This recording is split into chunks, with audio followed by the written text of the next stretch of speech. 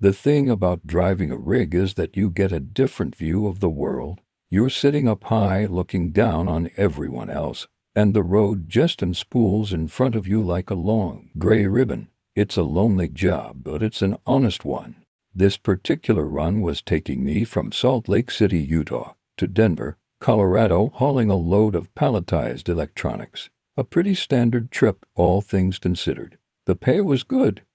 The schedule was reasonable, and my Kenworth W900 was humming along like a contented beast. I'd just had her serviced, and the deep, throaty rumble of the engine was a comforting sound against the quiet hiss of the tires on the asphalt. I'd been on the road for the better part of 2 decades, seen a lot of sunrises over the plains of Kansas, watched heat shimmer off the asphalt in the Mojave Desert, and felt the salty air of the coasts on my face. But winter in the Rockies, that's a different animal altogether. It's a kind of beauty that has teeth. The journey started off easy enough. I-80 through Wyoming was clear, just a vast, frozen expanse under a brilliant blue sky.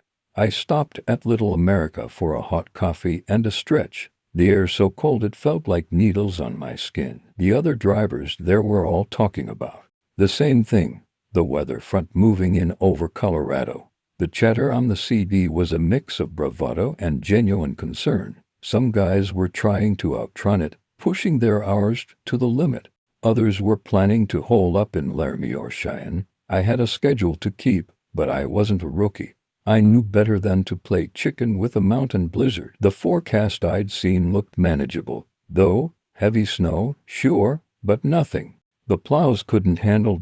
As I turned south onto I-25 and headed towards the Colorado border, the landscape began to change. The flat plains gave way to rolling foothills, and in the distance, the front range of the Rocky Mountains stood like a jagged white wall against the sky. They were magnificent, capped with fresh snow that glittered in the afternoon sun. There's a feeling you get when you're approaching them in a big rig, a sense of your own smallness. You and your 18 wheels are just a tiny speck crawling across a monumental piece of earth. My plan was to push through to Denver before the worst of the storm hit. I'd driven I-70 through the mountains dozens of times. I knew its curves, its steep grades, and its treacherous passes. I respected the road, especially Loveland Pass, but I wasn't afraid of it. The cab of my truck was my kingdom. It was warm, stocked with enough coffee to keep a small army awake, and filled with the familiar smells of diesel, old leather, and the faint scent of the pine tree air freshener dangling from my rearview mirror. From my vantage point, I watched the cars below, little metal boxes scurrying along, their occupants oblivious to the world of a long-haul trucker. They saw a truck. I saw a home. It's where I slept and watched the country roll by 1-mile marker at a time. The sun was getting lower, casting long, dramatic shadows across the snow-dusted hills, and the sky ahead was starting to take on a bruised purple hue. The temperature gauge on my dash was dropping steadily. The calm was ending. The mountain was waiting. The transition from a manageable winter drive to a full-blown blizzard in the Rockies is something you feel more than you see at first. It starts with the wind, not just a breeze, but a deep, insistent pressure that pushes against the side of the trailer, making you constantly correct the steering. Then the light changes. The sun doesn't set. It just gets swallowed by a sky that turns the color of concrete. The first snowflakes weren't the gentle, fluffy kind you see on postcards. They were small, hard pellets like sand, hitting the windshield with a frantic tapping sound. I was on I-70 heading east, just past the Eisenhower Tunnel. This is where the road gets serious. The descent is steep, and the curves are tight. The snow began to fall with an intensity that was startling. Within minutes, the world outside my cab dissolved into a swirling vortex of white. The road, the guardrails, the other vehicles, they were all just fleeting shapes in a chaotic dance. My wipers were slapping back and forth at their highest setting, but they could barely keep up. A thick layer of ice was already starting to form at the edges of the windshield. The CB radio, which had been full of idle chatter an hour ago, was now a cacophony of urgent warnings. and panicked voices. Mile marker 205. There's a jackknife rig blocking the westbound lanes. Visibility is 0 near the summit. 0. They're closing the Vale Pass behind us. Anybody past Edwards, you're on your own for a while. That last one sent a chill down my spine that had nothing to do with the outside temperature. Being on your own out here was a dangerous proposition. I slowed the Kenworth to a crawl, my hands gripping the wheel so tight my knuckles were white. My entire focus narrowed to the few feet of road I could see in front of my headlights. The comforting rumble of the engine was now a tense growl, the only thing fighting back against the screaming wind. Then I saw them, the taillights of a long line of traffic, completely stopped, red glows in a sea of white. It was the worst possible scenario, a standstill on a steep grade in a whiteout. I eased my rig onto the shoulder, as far over as I dared, feeling the soft crunch of the deep snow under my right side tires. There was no way forward. The road was paralyzed. Trying to push on would be suicide, and turning back was impossible. I killed the headlights to save power, leaving just the cab lights on. The sudden darkness outside was absolute, making the swirling snow seem even more menacing. I set the brakes. The hiss of the air system a sound of finality. Then I killed the engine. The silence that followed was terrifying.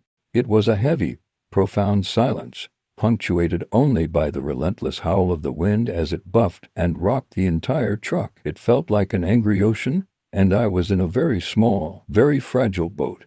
I leaned my head back against the seat, let out a long breath, watching it cloud in the cooling air of the cab. I wasn't going anywhere. The mountain had decided I was staying for a while. The only thing to do now was wait and survive. The first night was the worst, or so I thought at the time. When you're used to the constant motion, the hum of the engine, the chatter on the radio, the sudden, total stillness is deeply unnerving. The wind was a living thing outside. It moaned and shrieked, and every so often a powerful gust would slam into the trailer with a force that made the whole rig shudder. I'd fire up the engine every hour for about 15 minutes, just enough to blast the heater and keep the cab from turning into an icebox in between. I'd sit in the growing cold wrapped in a heavy wool blanket and just listen. I had supplies. That's one of the first rules of winter driving in the mountains. You pack for a siege. I had a crate of water bottles, a box of protein bars, canned soup, and a small propane stove. It wasn't gourmet, but it was survival. That first evening, I heated up a can of chicken noodle soup. The simple act of doing something, of making a warm meal, felt like a small victory against the chaos outside. The steam filled the small space, and the warmth of the can in my hands was a comfort. When daylight came, it didn't bring much relief. The world hadn't reappeared. It was just a brighter shade of white. The snow had piled up high against the truck, burying the wheels completely. It had drifted up the side of the cab, covering the passenger side window almost entirely. I was in a snow cave. Looking out my driver's side window, I could see that the other vehicles on the highway were in the same state, just shapeless white mounds. There was no sign of life, no movement. It was a ghost convoy frozen in time. The silence of that day was different from the silence of the night. The wind had died down to a low, mournful whisper. Now the quiet was absolute. It was so profound that I could hear the blood pumping in my own ears. I tried the radio, but there was only static. The cell phone had no signal.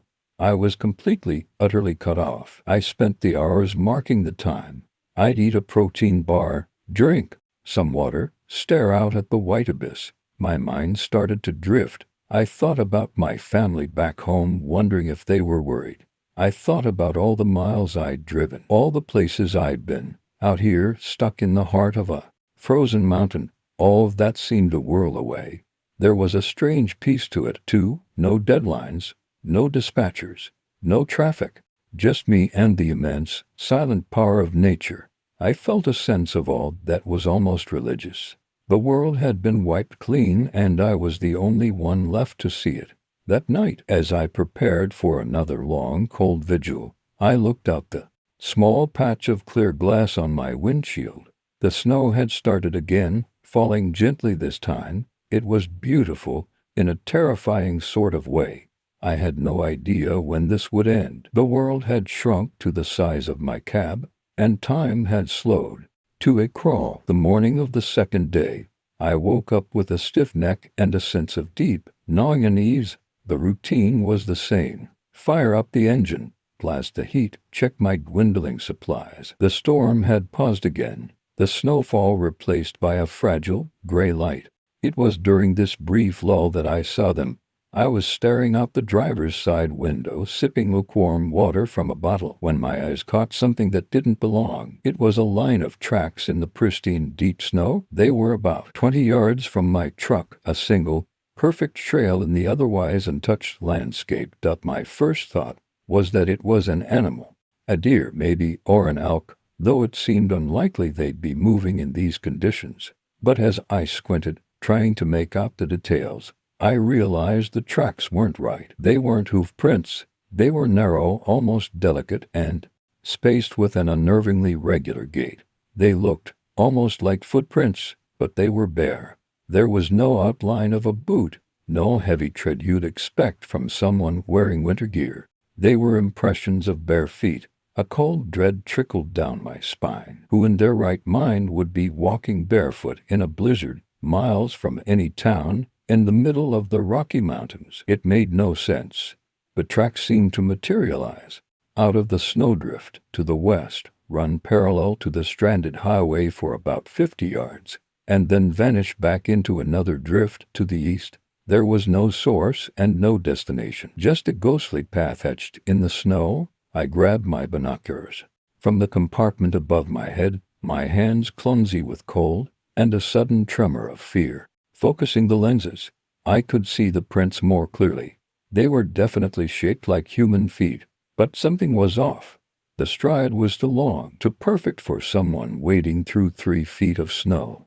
And there was only one set of prints, a single line, as if someone was walking on a tightrope. I scanned the entire visible area, my heart pounding against my ribs. There was nothing, no person, no animal, just the white mounds of the other cars and trucks, the silent, snow-laden pines on the mountainside, and that impossible, solitary trail. The sight was so bizarre, so out of place, that I started to question my own sanity. Was I hallucinating? Was the isolation and the cold playing tricks on my mind? I sat there for what must have been an hour, just watching the tracks, as if expecting the person who made them to suddenly appear.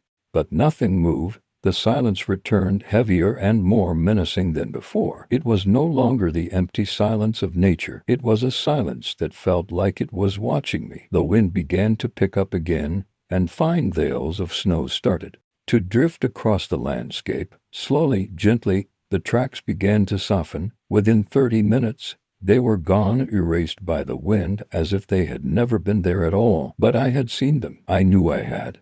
And the question burned in my mind. Who or what was walking in the storm? After the tracks vanished, my world inside the Kenworth changed. The cab was no longer a shelter. It felt like a cage. The feeling of peaceful solitude was gone, replaced by a constant, humming anxiety. Every gust of wind, every creak of the truck's frame made me jump. I found myself staring out the window, obsessively scanning the same stretch of empty, white landscape where the footprints had been. Who was out there? And why did the thought of them fill me with such primal fear? My trucker's logic tried to kick in to rationalize it. Maybe it was a prank, some local kid with a death wish, messing with the stranded drivers. But how and why to walk barefoot in this weather wasn't a prank, it was a death sentence. Maybe it was a survivor from one of the other cars, disoriented and desperate. But the tracks didn't look desperate. They were calm, steady, purposeful. I spent the day in a state of high alert. The simple act of heating soup on my little stove felt reckless,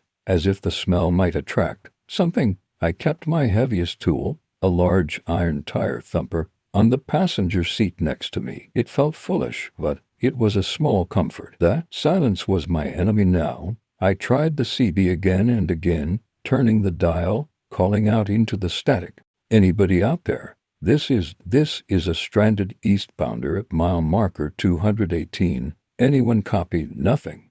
The radio was a dead box. The isolation became a physical weight. I was truly, completely alone with this mystery. Had anyone else seen the tracks? The other vehicles were too far away, their windows completely covered. Even if their occupants were awake and watching, they couldn't have seen what I saw.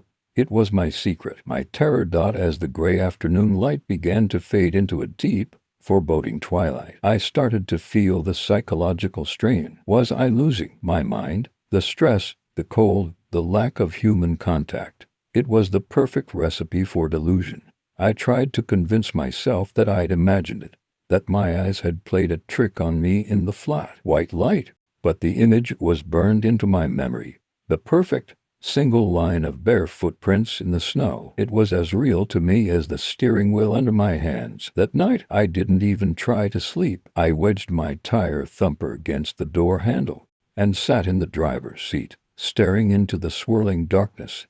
I reduced my engine run times, terrified that the sound might act as a beacon.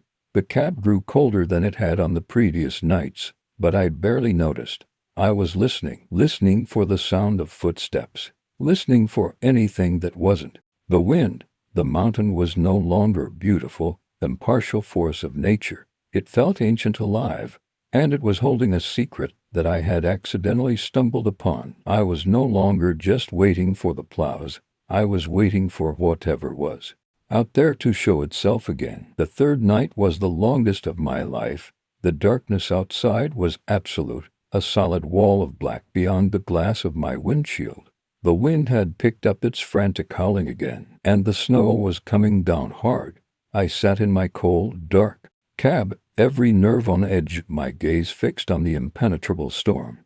I had given up on rational explanations. My mind was open to anything, and that was the most terrifying part. It was sometime after midnight, in the deepest, darkest hour, that I heard it. It wasn't the wind. I had become an expert on the sounds of the wind, its whistles, its moans, its angry roars. This was different. It was faint, carried on the gale, but it was there. It was a sound that was both melodic and deeply unsettling. It sounded like a flute, but not a metal one. It was airy, wooden, and played a simple, haunting melody that seemed to rise and fall with the gusts of wind. It was a song of immense loneliness and age. I held my breath, straining to hear. The sound would fade until it was almost gone, swallowed by a shriek of wind, and then it would return, a little clearer this time, a string of pure, sorrowful notes in the heart of the blizzard. It wasn't coming from the road. It sounded like it was coming from the mountain itself, from the thick, dark woods that lined the steep slope beside the highway. My blood ran cold. The footprints. And now this ghost music. It was too much. This wasn't a prank. It wasn't a hallucination. This was real. I slowly, carefully, reached up and wiped a patch of condensation from the side window, the one that looked up the mountainside. I peered out, my eyes trying to pierce the swirling darkness and snow.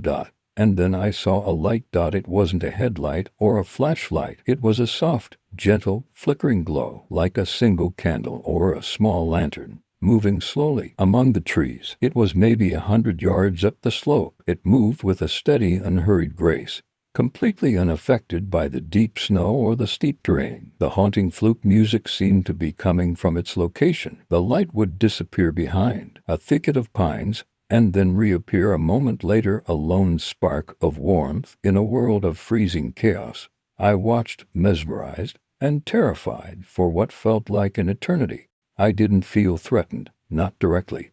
I felt like an intruder, a witness to something ancient and private, something that had been happening on this mountain for centuries, long before highways and trucks ever scarred its surface. The light and the music were part of the storm, as natural as the wind and the snow. Then, as slowly as it appeared, the light began to fade, and the flute music grew fainter, until it was finally reclaimed by the howl of the wind. I was left alone again in my cab, the silence rushing back in, now deeper and more profound than ever. I didn't know what I had seen. A spirit of the mountain, a lost soul, I had no answers. I only knew that I had touched upon a mystery far beyond my understanding. The fear was still there, but now it was mixed with a profound sense of wonder. I was just a trucker, a man of asphalt and diesel, but for one night, I had seen the secret heart of the mountain. I must have eventually drifted into an exhausted, dreamless sleep. Slumped over the steering wheel, I was woken by a sound I hadn't heard in 3 days, a deep, mechanical roar that vibrated through the frame of my truck. My eyes snapped open. The light in the cab was different. It was a bright, clear, dazzling white. The storm was over. I scrambled to clear the windshield and saw it, the colossal, yellow blade of a snowplow, pushing a mountain of snow off the highway. Behind it was another, and then a state trooper's SUV, its lights flashing. It was the most beautiful sight I had ever seen. The world was back. It took hours for them to clear the road and start checking on the stranded drivers. A young trooper knocked on my door, his face red from the cold. He asked if I was okay, if I needed food or medical attention. I just nodded, my voice hoarse. "I'm fine. Just ready to get rolling." He told me the pass had been closed for almost 72 hours, one of the worst blizzards they'd seen in years. By midday, the convoy began to slowly, carefully move again. Starting the Kenworth's engine felt like a resurrection. The familiar rumble was a comforting roar of life. As I pulled back onto the cleared, wet asphalt, I glanced up at the mountainside where I had seen the light in the bright morning sun. It was just a steep hill covered in a thick blanket of snow and pine trees. There was no sign of a path, no hint of the music, no trace of the mystery. It looked completely ordinary. The rest of the drive to Denver was surreal. The CB was alive with truckers sharing their stories of being stuck, complaining about the delay and celebrating their freedom. I stayed silent. How could I explain what I had experienced? That I had seen barefoot tracks in the snow and heard a ghost playing a flute in the middle of a blizzard. They'd think I'd lost my mind. Maybe I had. When I finally delivered my load in Denver, I felt a deep, bone-weary exhaustion that had little to do with the driving. The experience had marked me. For weeks afterward, on long, empty stretches of road, I'd find my mind drifting back to that time. The road never felt the same. I looked at the mountains with a new respect, a mixture of awe and fear. They were not just piles of rock and dirt. They were a living place with secrets I couldn't comprehend. It was an unforgettable experience, but not one I would ever want to repeat. It taught me a lesson about patience and the power of nature, for sure, but it taught me something else too. It taught me that the world is a much older and stranger place than we think. We pave our roads and build our cities, but just beneath the surface, just beyond the glow of our headlights, there are mysteries that we are not meant to understand. We are just temporary visitors, passing through. And sometimes, if you're stuck in the right place at the right time, the world pulls back its curtain just for a moment and shows you something you'll carry with you for the rest of your days.